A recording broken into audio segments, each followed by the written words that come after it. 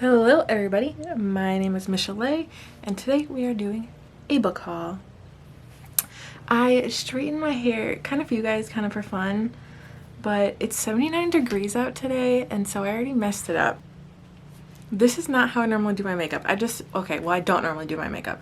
I just feel like I need to say it because it's so green. Like I can't stop looking at the viewfinder because it's so green. But I did it for an Instagram, so hop over there and see what book this is supposed to look like. To the book haul, I have three different categories of books today. I have a couple of books that I bought from I have a lot of books that I bought from Book Outlet. I have a couple books that weren't on Book Outlet that I needed to get for a secret TBR. Book Outlet, half price books, and then free libraries, which I personally really love. And I live in the city but near the suburbs, so there's lots of free libraries if I like ride my bike around and all that kind of stuff. I'm gonna start with those actually. I'm gonna start with the free library book haul. So, actually let me backtrack. As I said, I'm supposed to be on a book buying ban this year, but it's not going well.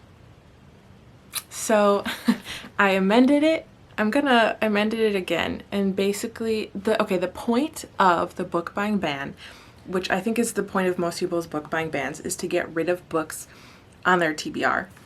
I was gonna try and read 30 books this year first, and I'm already at 31 and it's mid-May. So technically, any books I read from now on is like excess to what I had expected to get done if I had just been reading from my TBR and not buying any books, if you know what I mean. So that was why I was like, okay, I can buy some books. And now I'm kind of like, all right, for as many new books as I buy, I don't know if this counts for free library books because I'm not buying them. As many books as I buy, I have to read off of my TBR. So before I can get any more books, except for the 3 that are in the mail, I have to read 1, 2, 3, 4, 5, 6, 7, 8, 9, 10, 11, 12 books off my TBR. So, all right, let's get started. We will start with the free library books. Over the past couple of months, I have picked up 5 free library books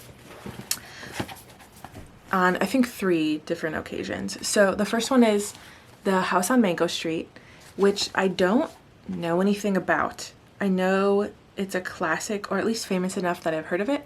So oftentimes that's how I pick up my classic old books, is that I pick them up either at free libraries or at book sales that are like $1, $2, $3 books, so then I can have them in my collection, but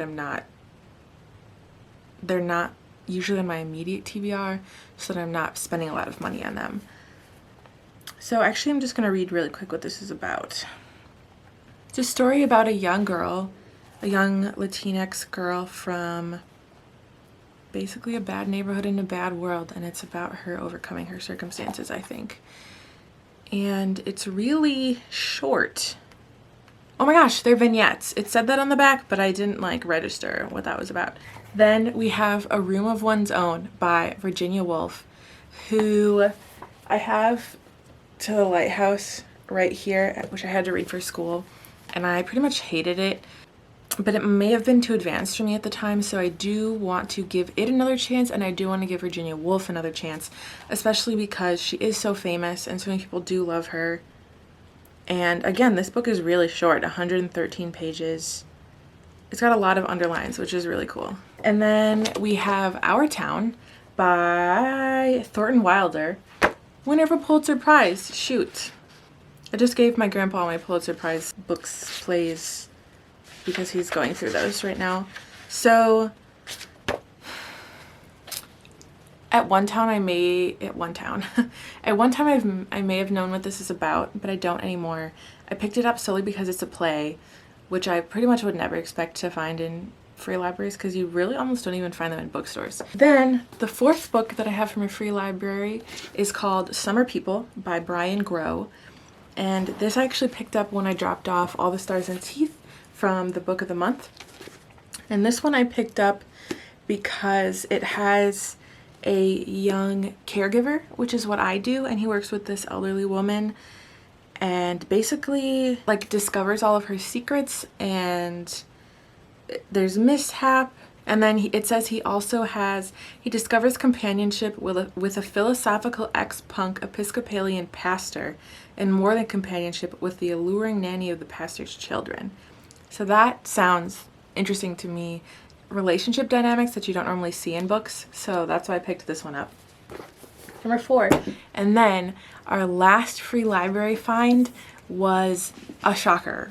I don't know how much any of you go to free libraries, but they generally don't have new books, and they generally don't have too many YA. It's a lot of children's and then a lot of older adult, like mysteries, religious books, stuff like that, and like mass market paperbacks. But I went by this free library and I found this book, and I actually recorded a clip, so I'm gonna roll that now. Hey guys, ignore the sweat dripping to my face. I just got back from the first bike ride of the season, and I found this. It's April 2nd. This is, if not a 2020, like a late 2019 release, but I'm pretty sure it's a 2020 release, and it's still on the New York Times best-selling list, and I found it in a free library. That's insane. Like, I had to grab it. Wow, sweaty. What? This book is still on the New York Times bestseller list, and I found it in a free library. Are you kidding? Like, it wasn't on my immediate TBR, but it was definitely on my radar. So when I saw it there, I had to pick it up. So next I'm going to do the 3 books that I have from Half Price Books, because they weren't on Book Outlet, and I don't want to give any more money to Amazon. It was just announced that Jeff Bezos, might be the first trillionaire ever, and that just honestly makes me want to gag. It's really unnecessary, and you definitely don't need to be paying yourself that much money in any life, ever. So, anyways, Half Price Books, right?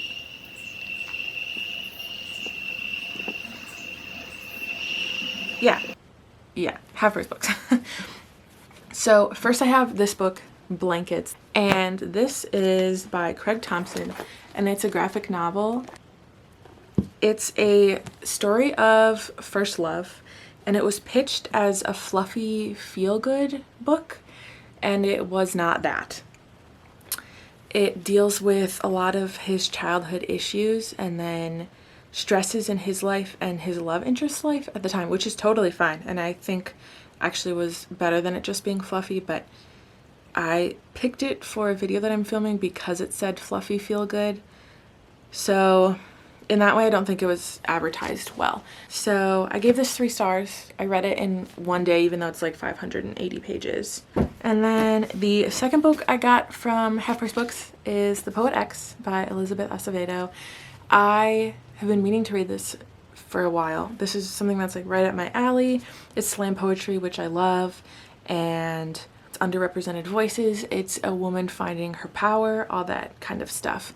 And I sped through this too, I think in like 2 days, because most of you probably know already. I know I'm behind the times. It's written in her poetry. So there's that.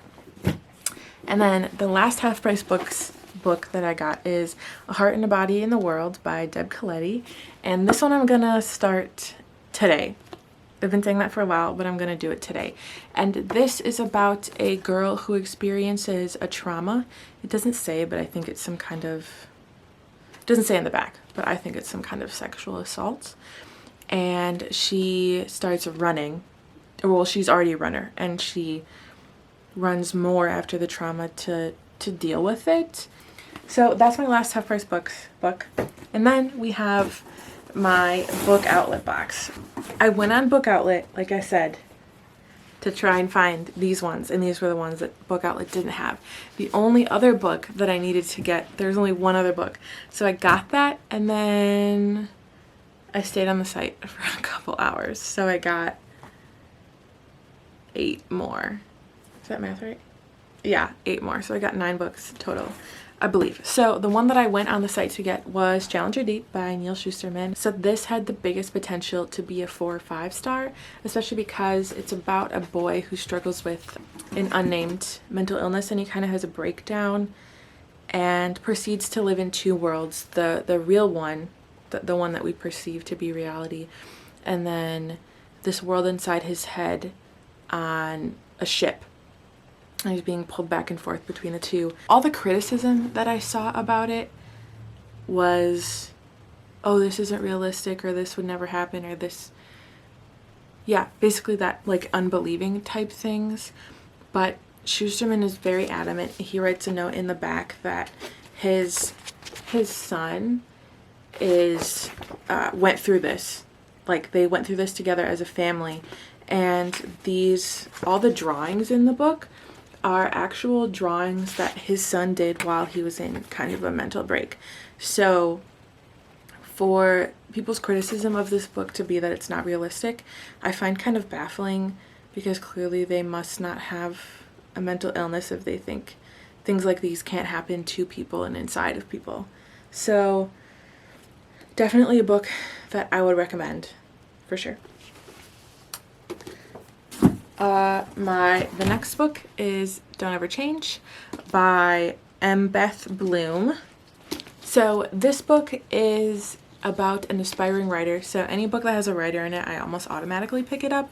And she, I think, is coming to the end of her senior year and realizing that if she wants to write about things, she needs to have experiences. So she takes on this sort of open door policy, and I think it says something, walk through every open door. So basically, like, yes man, take every opportunity that comes its way. And I think it's just her journey through that. And so it talks about heartbreak and relationship friends and awkward jobs. So I think it's just going to be a good anecdotal learning life experience. Next we have Forgive Me, Leonard Peacock by Matthew Quick. This is the guy who wrote Silverlang's Playbook, which I haven't read, but which I saw. And oof, I just reminded myself what this is about. Today is Leonard Peacock's birthday. It is also the day he will kill his former best friend and then himself.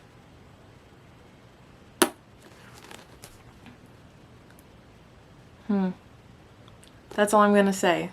So this cover is really cool, actually. And this one's called Reboot by Amy Tintera. I think this one might be the first one in a series, which mostly if it's the first one in a series, I'll auto click off it, but this one sounded really good. So in this book, when people die, they are rebooted. That's why it's called Reboot. So our main character, Ren, dies, and then 178 minutes later, she's rebooted. And the more minutes that you're dead, the stronger you are when you reboot. The less human, I don't know if it's more machine or stronger, faster, able to heal, but also less emotional. So 178 is really high. And then she starts training other reboots, and she comes across this guy, Calum, who's a 22. So he's among reboots considered weak and emotional, and she's told to eliminate him, but the perfect soldier is done taking orders. So a rebellious sort of upheaval book, I guess.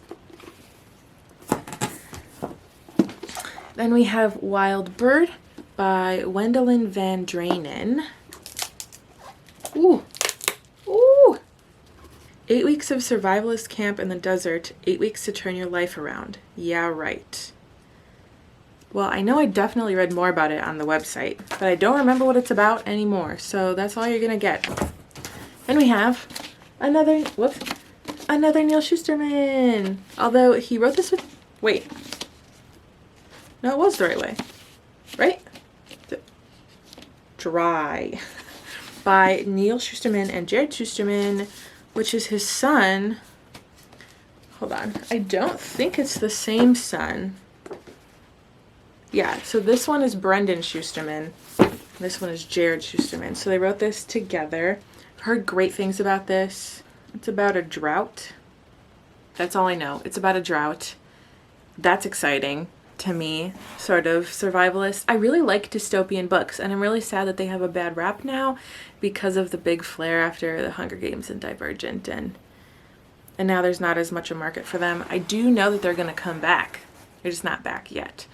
So I'm sure I'll like this. It's by Neal Shusterman. I'm interested to see how his son's contribution changes it. I don't know. I wonder if they wrote alternating chapters or just wrote the whole thing together. We will have to see. But maybe after this I'll have read enough of Neal Shusterman that I feel like I should complete his entire backlist. I don't know. Then we have 500 Words or Less by Julia Del Rosario. The more essays Nick writes for other people, the less sure she becomes of herself, the kind of person she is, and whether her moral compass even points north anymore. Sort of self-discovery, coming of age. I love coming of age books. So this I think will be, obviously I think these will be good. I bought them. Then we have This Might Hurt a Bit by Doogie Horner.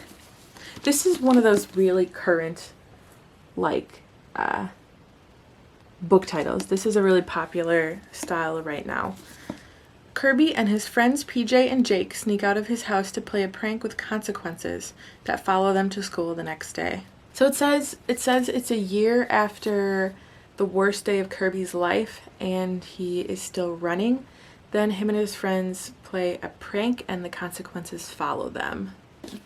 And then the last book I got is Bruiser, also by Neal Shusterman. This basically says that Brewster can't be in relationships with people. He can't care about people because weird things start to happen. Scrapes heal unnaturally fast and cuts disappear before their eyes. So some weird kind of phenomenon. Neal Shusterman isn't quite an automatic buy. Well, no, going forward I think he is an automatic buy. I don't know if I'm going to automatic buy his backlist, but going forward he's definitely an automatic buy. So I don't really need to know much else about this to know that I will probably like it. So that's it. That's my